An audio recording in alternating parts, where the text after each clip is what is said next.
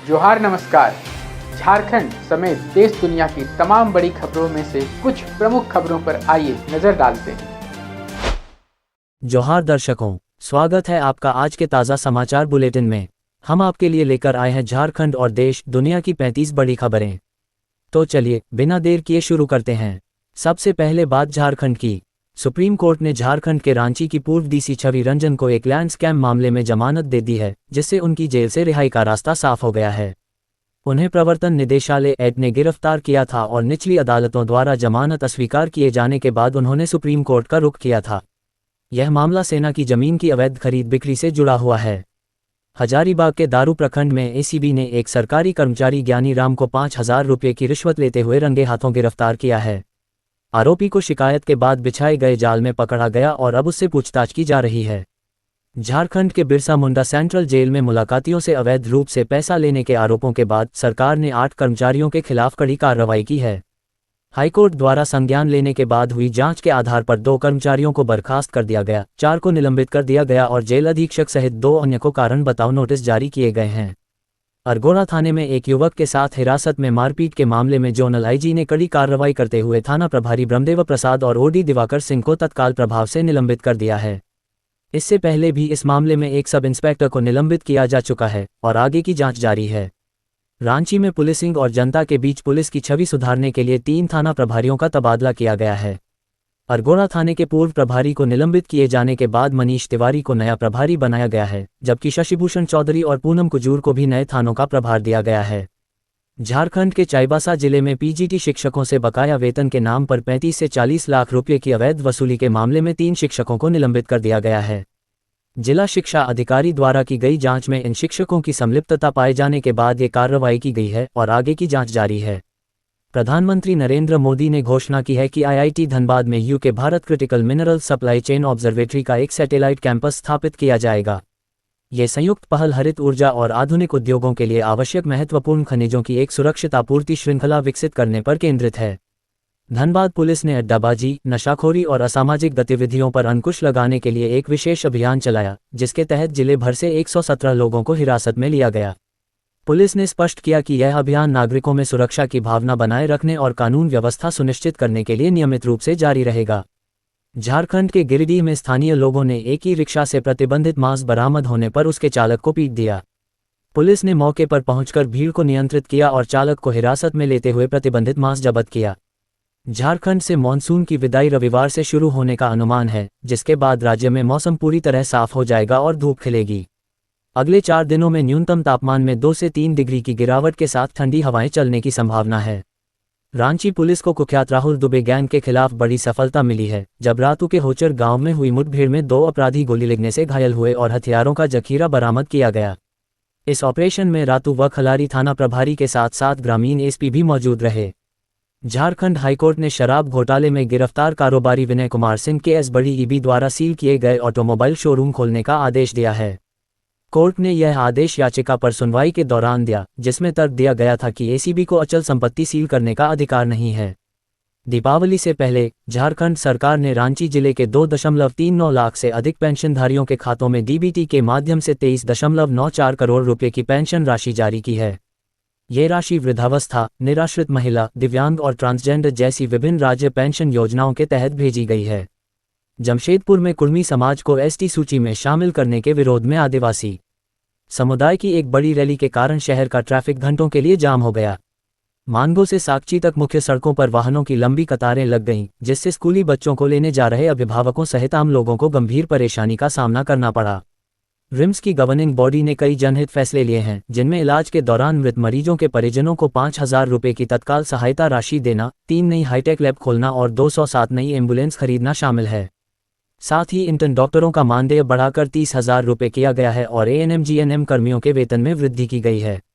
गिरिडीह जिले के चिताखारो गांव में 6 हथियारबंद डकैतों ने एक सीएससी संचालक के घर में घुसकर परिवार को बंधक बनाया और 2.5 लाख रुपये नकद, कीमती जेवरात व इलेक्ट्रॉनिक सामान लूटकर फरार हो गए। पुलिस ने मौके पर पहुंचकर जांच शुरू की है और सीसीटीवी फुटेज की जांच तथा इलाके में नाकाबंदी करके आरोपियों की तलाश जारी है।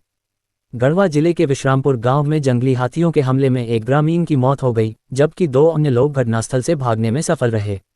वन विभाग ने मृतक के परिजनों को 50,000 रुपये की सहायता राशि दी है, जबकि ग्रामीण लगातार बढ़ रहे हाथी के आतंक और विभाग की लापरवाही पर आक्रोश जता रहे हैं। सुप्रीम कोर्ट ने झारखंड सरकार को सारंडा फॉरेस्ट के 314 वर्ग किमी क्षेत्र को एक सप्ताह के भीतर वन्यजीव अभयारण्य घोषित करने का निर्देश दिया है। विधायक सरयू राय ने इस फैसले को अपनी 5 साल की कानूनी लड़ाई की सफलता बताते हुए कहा कि यह पर्यावरण संरक्षण की दिशा में एक महत्वपूर्ण कदम है। गिरिडीह जिला प्रशासन ने रेस्तरां और मिठाई दुकानों पर किए गए छापा अभियान में एक्सपायर्ड खाद्य रंग, चॉकलेट पाउडर और अन्य खाद्य सामग्री बरामद की। खाद्य सुरक्षा नियमों के उल्लंघन पर एक रेस्तरां पर 20,000 रुपये का जुर्माना लगाया गया और अन्य दुकानों को गुणवत्ता जांच कराने के निर्देश दिए गए। रांची में इस दिवाली गोबर से बने दियों से घर जगमगाएंगे, जिनका निर्माण स्थानीय गौशालाओं में 90 से अधिक महिलाओं द्वारा किया जा रहा है। ये पर्यावरण अनुकूल पहल न केवल गौ सेवा और पारंपरिक कला को बढ़ावा दे रही है, बल्कि सैकड़ों महिलाओं को आर्थिक रूप से सशक्त भी बना रही है। आरपीएफ की फ्लाइंग टीम ने रांची रेलवे स्टेशन पर ऑपरेशन सतर्क के तहत 2 संदिग्ध युवकों को पकड़ा, जिनके पास से 19 बोतल विदेशी शराब कुल 14.25 लीटर बरामद हुई। पूछताछ में खुलासा हुआ कि वे बिहार में इसे महंगे दामों पर बेचने जा रहे थे, जिसके बाद उन्हें आबकारी विभाग को सौंप दिया गया। जमशेदपुर में इस दीपावली पर शहर को रोशन करने के लिए नगर निकायों ने 69 हाईमास्ट और 2300 नई स्ट्रीट लाइटें लगाने की तैयारी पूरी कर ली है। मानगो और जमशेदपुर अधिसूचित क्षेत्र में इन लाइटों के साथ साथ छठ घाटों को भी विशेष रूप से सजाया जाएगा, जबकि खराब लाइटों को बदलने का काम पहले ही शुरू हो चुका है। बीजेपी नेता बाबूलाल मरांडी ने झारखंड में जेएसएससी परीक्षा के अचानक रद्द किए जाने पर मुख्यमंत्री हेमंत सोरेन पर युवाओं के साथ विश्वासघात का आरोप लगाया है। उन्होंने सरकार से पारदर्शी तरीके से परीक्षा आयोजित करने और अभ्यर्थियों के आने जाने का खर्च वहन करने की मांग की है। झारखंड के पूर्व मुख्यमंत्री चंपाई सोरेन ने रिम्स में मृतकों के परिजनों को 5,000 रुपये की आर्थिक सहायता देने के सरकारी फैसले की कड़ी आलोचना करते हुए वर्तमान हेमंत सरकार को बेशर्म बताया है। उन्होंने इस कदम को गरीबों की जान की कीमत तय करना करार दिया, जबकि सरकार का दावा है कि यह योजना सभी वर्गों के लोगों के लिए है और इस पर लगभग 7 करोड़ रुपये वार्षिक खर्च होंगे। अब देखिए राष्ट्रीय सुर्खियां। बिहार कर्मचारी चयन आयोग बीएसएससी ने स्पोर्ट्स ट्रेनर के 379 पदों पर भर्ती के लिए आवेदन प्रक्रिया शुरू की है, जिसके लिए ग्रेजुएशन और खेल कोचिंग में डिप्लोमा के साथ साथ राष्ट्रीय अंतर्राष्ट्रीय स्तर पर खेल उपलब्धियां आवश्यक हैं। चयन लिखित परीक्षा और साक्षात्कार के आधार पर होगा तथा इच्छुक उम्मीदवार आयोग की आधिकारिक वेबसाइट के माध्यम से आवेदन कर सकते हैं। नेशनल टेस्टिंग एजेंसी एनटीए ने जी, नीट और सीयूईटी जैसी राष्ट्रीय परीक्षाओं के लिए एक महत्वपूर्ण बदलाव किया है, जिसके तहत अब परीक्षा केंद्र छात्रों के आधार कार्ड में दर्ज पते के आधार पर आवंटित किए जाएंगे, न कि उनकी पसंद के अनुसार। ये नियम शैक्षणिक सत्र 2026 से 27 से जी में 2026 के साथ लागू होगा, जिसका उद्देश्य परीक्षा प्रक्रिया में पारदर्शिता और सुरक्षा बढ़ाना है। राष्ट्रीय अपराध रिकॉर्ड ब्यूरो एनसीआरबी ने निर्देश जारी किए हैं कि अब शिकायतकर्ताओं को उनकी पसंद की 23 भाषाओं में फ की कॉपी मिलेगी। इसके लिए आय आधारित अनुवादक भाषिणी का उपयोग किया जाएगा, जो सीसीटीएनएस सिस्टम के माध्यम से फ का त्वरित अनुवाद करेगा। बिहार विधानसभा चुनाव के लिए महागठबंधन में सीट बंटवारे को लेकर सीपीआई ने 24 सीटों पर दावा किया है, जबकि गठबंधन उसे 6 से 8 सीटें दे सकता है। इस मुद्दे पर चर्चा के लिए पार्टी ने 10 अक्टूबर को पटना में अपनी राज्य परिषद की बैठक बुलाई है।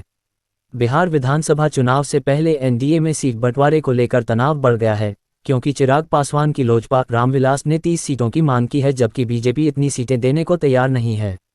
पार्टी ने चिराग पासवान को सीट बंटवारे पर अंतिम निर्णय लेने का पूरा अधिकार दिया है, जिससे गठबंधन में चर्चाएं और गर्मा गई हैं। बिहार विधानसभा चुनाव 2025 से पहले प्रशांत किशोर की जन सुराज पार्टी ने अपने 51 उम्मीदवारों की पहली सूची जारी की है, जिसमें सामाजिक न्याय को ध्यान में रखते हुए 7 एससी, 17 अतिपिछड़ा वर्ग और 8 से 9 अल्पसंख्यक उम्मीदवारों को टिकट दिया गया है।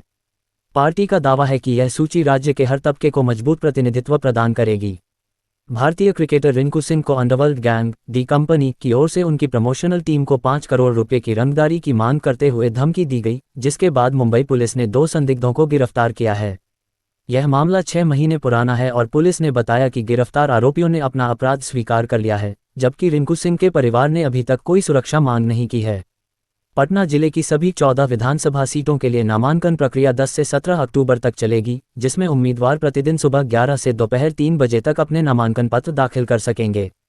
प्रशासन ने पारदर्शिता और शांतिपूर्ण प्रक्रिया सुनिश्चित करने के लिए कड़े सुरक्षा इंतजाम किए हैं, जिसमें नामांकन स्थलों पर बैरिकेडिंग और वाहन प्रतिबंध शामिल हैं। बिहार विधानसभा चुनाव से पहले निर्दलीय सांसद पप्पू यादव पर चुनाव आचार संहिता उल्लंघन का मामला दर्ज किया गया है, जिसमें वैशाली में लोगों को पैसे बांटते हुए एक वायरल वीडियो सामने आया है।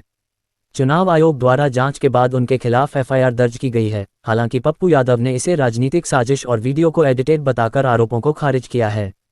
आयकर विभाग ने पैन कार्ड धारकों के लिए नए नियम लागू किए हैं, जिनके तहत पैन को आधार से लिंक करना अनिवार्य है और एक से अधिक पैन रखने या गलत जानकारी देने पर 10,000 रुपये तक का जुर्माना लग सकता है।